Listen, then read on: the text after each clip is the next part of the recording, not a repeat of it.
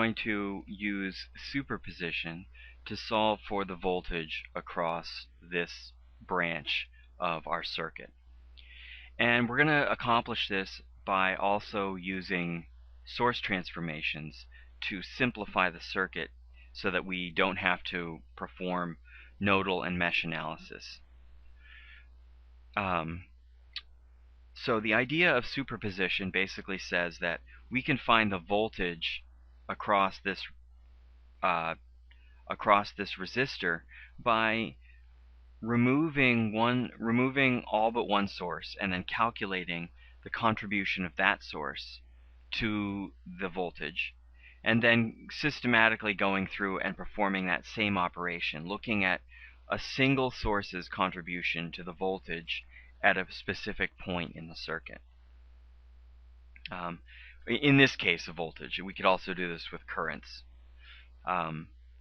Okay, so the first thing we want to do is draw this circuit with one of the sources removed. Okay, so what I've done here is I've removed the voltage source.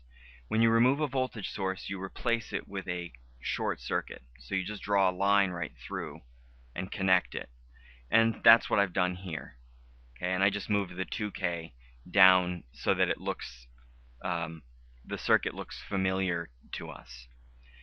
And now we're going to use the idea of source transformations to simplify the circuit. Source transformations tell us that for a linear circuit like this, we can, if we have a voltage source in series with a resistor, that we can exchange it for a current source in parallel with the same resistive value. Okay, and so V and I then are related in a linear fashion, and R is the same in both of these equivalent circuits. So you want to be on the lookout for places where you can do that in these problems, and this is setting us up for being able to look at Thevenin and Norton equivalents, which we'll get to in another video. Okay, so I'm looking at this circuit here, and I see that I have a current source in parallel with a resistor. And if I could reduce this if I turned it into a voltage source in series with a resistor, because then this resistor would be in series with that resistor, and then I could combine them. And then I'm looking ahead another step. So if you imagine the circuit looking like that, then you have a voltage source in series with a resistor, and then you have two resistors in parallel.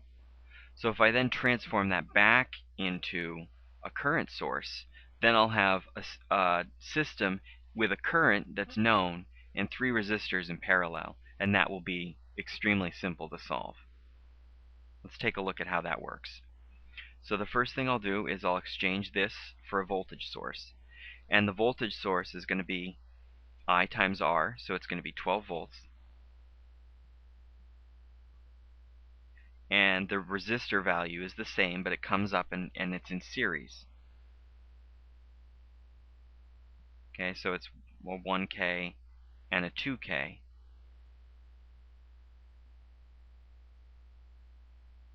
And then this is still 2K.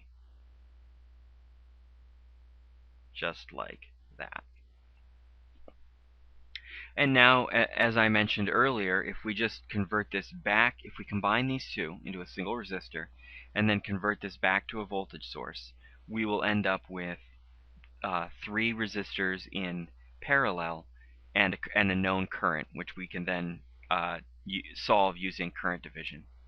Okay, so this is 3K divided by 12 will give us a 4 milliamp current source. And notice as well that when I do source transformations, you follow the convention of the circuit that you're transforming from. So this is pointing up, and so when I create my voltage source, I want to make sure that the current will flow in the same direction. Okay, so when I reduce this into resistors in series, I'm going to kind of jump ahead a step and just combine two of those resistors in parallel. This becomes 1.2. This is still our 2K. This is 1.2K. And that's our voltage source in question right here. Okay? And then we can use current division to solve this. Okay, this is our current that we want to know. And at this point, you have to memorize current division and voltage division because you're going to be using them for source transformations, for superposition, and for Thevenin and Norton constantly. Okay, so this is the current that we don't care about, the branch that we don't care about, divided by the sum of the resistors in parallel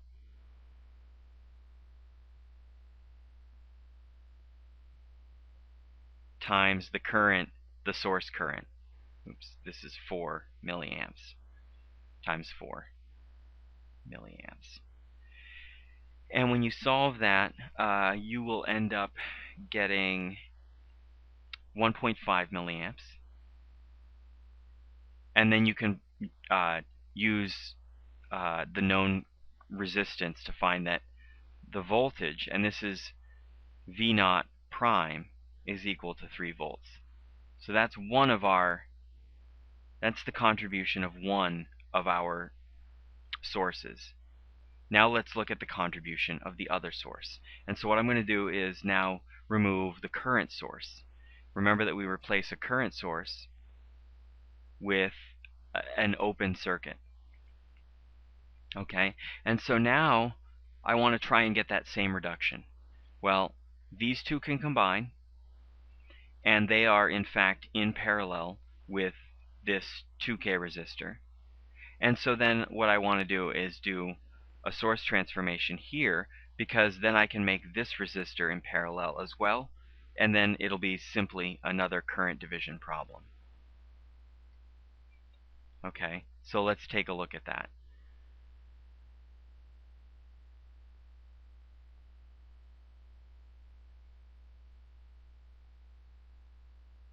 It's going to look like this. What's my source transformation going to be? Well, it's going to be 12 divided by 2, so this is going to be 6 milliamps. It's going to follow the sign convention of the original source, and then this will become my 2K. This is 2K, and that's the voltage that I care about. And this one is 3K. Okay, and I'm going to skip ahead a step here. I'm going to combine these two resistors in parallel, and then I'm going to use current division, okay, to solve for I naught again.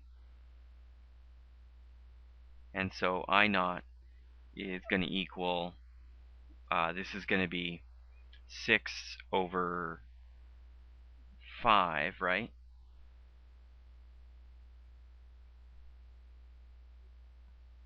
Over 2 plus 6 over 5 times 6 milliamps. Okay, and when you calculate that out, you'll find that this is 9/4 of a milliamp. And when you plug in your voltage, you'll find that the voltage equals 9/2 of a volt.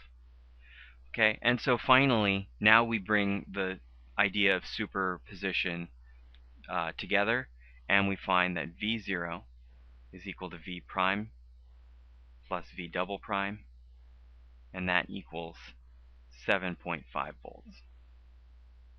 Okay, so that's how you solve those kinds of problems. Lots of drawing, but very little math involved. Okay, good luck.